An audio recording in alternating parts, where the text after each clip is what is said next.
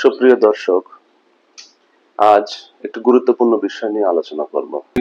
পড়ি, লিখি, প্রকাশ করি এবং বিক্রয় করি, তারা সবাই অবগত আছে যে একটি বই বাজারে আনার আগে একটি প্রক্রিয়া অনুসরণ করতে হয়। একটি বইয়ের কপি তৈরি করার পর একটি পাণ্ডুলিপি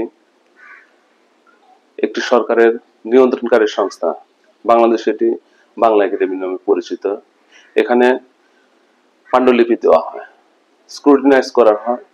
এরপরে এই বডি চূড়ান্তভাবে অনুমোদন করে। অনুমোদন পাওয়ার পরে একটি বই বাজারে আসে এবং বিক্রি হয়। বহু সময় বিভিন্ন দেশে সরকার বিভিন্ন লেখকের বই নিষিদ্ধ এবং বাজেয়াপ্ত করে। বই বাজারে আনার এই প্রক্রিয়াটাকে সেন্সরশিপ বলে। আজ আমরা এই সেন্সরশিপ নিয়ে আলোচনা করব। এটি কেন করা হয়েছে, এটার উপকারিতা কি এবং অপকারিতাটা কি। মূল আলোচনায় যাওয়ার আগে ছোট্ট একটি উদাহরণ দিয়ে শুরু করি। আপনারা জন মিল্টনকে সবাই চিনেন। জন মিল্টনের একটি পুস্তিকা রয়েছে, অ্যারিওপ্যাজিটিকা। সাহিত্য জগতে বই প্রকাশের অধিকারকে কেন্দ্র করে যতগুলো বই লেখা হয়েছে, এটা সবচেয়ে জনপ্রিয় একটি বই। বই প্রকাশের পূর্বে যে সেন্সরশিপ প্রদান করা হয়, এইটার প্রতিবাদ করে জন মিল্টন এই পুস্তিকাটি লিখেছেন। জন মিল্টন এই পুস্তিকাটি ভাষণ হিসেবে লিখেছেন ব্রিটিশ এমপিদের উদ্দেশ্যে। সেখানে তিনি আহ্বান করেছেন যেন এই সেন্সরশিপ তুলে নেওয়া হয়। এই সেন্সরশিপ, তার যুক্তি হচ্ছে, এই সেন্সরশিপ আরোপ করা হলে বইয়ের সাথে ভালো বইগুলো ক্ষতিগ্রস্ত হয়। তিনি যুক্তি হিসেবে বলেছেন, জন মিল্টন যুক্তি হিসেবে তুলে ধরেছেন, একটি চলন্ত নদীতে, একটি প্রবহমান নদীতে যখন আমরা একটা বাঁধ দিই, তখন পানি বাধাপ্রাপ্ত হয়। ফলে এই পানি থেকে আরেক জায়গায় স্থানান্তরিত হতে পারে না, পানি দূষিত হয়ে যায়। ঠিক তেমনি সত্যকে বাধাগ্রস্ত করলে সত্য ক্ষতিগ্রস্ত হয় এবং সত্যকে হত্যা করা হয়। বাইবেল থেকে উল্লেখ করেছেন, আদম যদি খারাপটা না জানতে পারতেন, তাহলে উনি ভালোটা জানতে পারতেন না। জন মিল্টনের মতে সৃষ্টিকর্তা মানুষকে ভালো এবং খারাপ নির্ণয় করার শক্তি দিয়েছেন। এই শক্তির বলেই মানুষ ভালো এবং খারাপ নির্ণয় করবে। বইকে আলাদাভাবে নিষিদ্ধ করার প্রয়োজন নেই। এবার আসি, কেন এই সেন্সরশিপ আইনটি বিভিন্ন দেশের সরকার প্রয়োগ করে থাকে।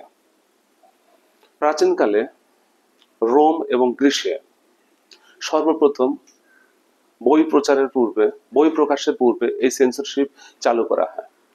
যুক্তি হিসেবে বলা হয়, সেই সময় বিভিন্ন লেখক তাদের প্রকাশিত বইয়ে বিভিন্ন ধরনের ব্লাসফেমাস অর্থাৎ ধর্মবিদ্বেষী কথাবার্তা বলতো। এর ফলে সমাজের বিভিন্ন মানুষের ভিতরে একটা বিভ্রান্তি ছড়িয়ে পড়তো, মানুষে মানুষে হানাহানি হতো, সমাজে অস্থিতিশীলতা বিরাজ করত। ফলে সেন্সরশিপ আইন প্রয়োগ করে যত্রতত্র যেন বই প্রকাশ যেন না করা হয়, তার পথ রহিত করা হয়। বই প্রকাশের পূর্বে যে সেন্সরশিপ আরোপ করা হয়, এটার অপকারিতাটা কি, খারাপ দিক কি কি? মূলত এটার ভালোর দিকের চাইতে খারাপের দিকটাই বেশি। সেন্সরশিপ এই প্রক্রিয়াটি একজন লেখকের মাথার উপর কুড়ালের মতো কাজ করে। উনি একটি লেখা লিখতে গিয়ে বারবার ভাবে, এই লেখা, তার লেখা ঠিক হচ্ছে কিনা, এই লেখা সমাজের বিপক্ষে যাচ্ছে কিনা, এই লেখায় কেউ ক্ষতিগ্রস্ত হবে কিনা, যার ফলে সে তার পূর্ণ সক্ষমতা দিয়ে একটি বই লিখতে পারে না। অপরপক্ষে অনেক শাসক এই সেন্সরশিপ আইন দিয়ে তাদের বিরুদ্ধ পক্ষকে দমন করার ক্ষেত্রে ব্যবহার করতে পারে। শেষে একটি বিষয় বলা যেতে পারে, বই নিষিদ্ধ করে কোনো কার্যকরী ফল পাওয়া যায় কিনা। বাংলাদেশের প্রেক্ষাপটে আমরা বিবেচনা করি, 2 বছর আগে বাংলা একাডেমি কর্তৃক 3টি বই বাজেয়াপ্ত করা হয়েছিল। ফাম আব্দুল সালাম, জিয়া হাসান, আহমেদ ফয়েজ। এই বইগুলো নিষিদ্ধ করার পরে আসলে কি এই বইগুলোর বাজারে কম বিক্রি হয়েছে? উত্তর হচ্ছে না। এগুলো বিক্রি করার পরবর্তীতে এদের মধ্যে যে প্রতিক্রিয়া সৃষ্টি হয়, তারা এটা আরো বেশি করে কিনে বেশি করে পড়ার আগ্রহী হয়ে ওঠে। বাংলাদেশের দুইজন বিতর্কিত রাইটারের কথা বলি, একজন তসলিমা নাসরিন আর একজন হুমায়ুন আজাদ। বাজারে বই কিনেন, বই পড়েন, তারা নিশ্চয়ই অবগত আছেন যে নিষিদ্ধ এই দুই রাইটারের বিভিন্ন বই নিষিদ্ধ করা হয়েছে। করার পরেও এই দুই লেখকের লেখা বই বাজারে কি কম বিক্রি হয়? মোটেও নয়। তাই বলা চলে নিষিদ্ধ করাটা একটি অযৌক্তিক প্রক্রিয়া।